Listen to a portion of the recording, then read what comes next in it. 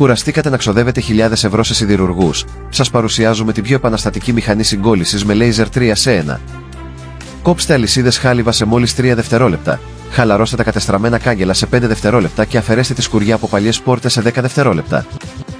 Χρησιμοποιήστε τη σαν επαγγελματίας. Διαθέτει 3 έξυπνες λειτουργίες. Η υψηλή ισχύς κόβει τη λαμαρίνα σαν βούτυρο. Η λειτουργία συγκόλλησης είναι 3 φορές πιο ισχυρή από την παραδοσιακή.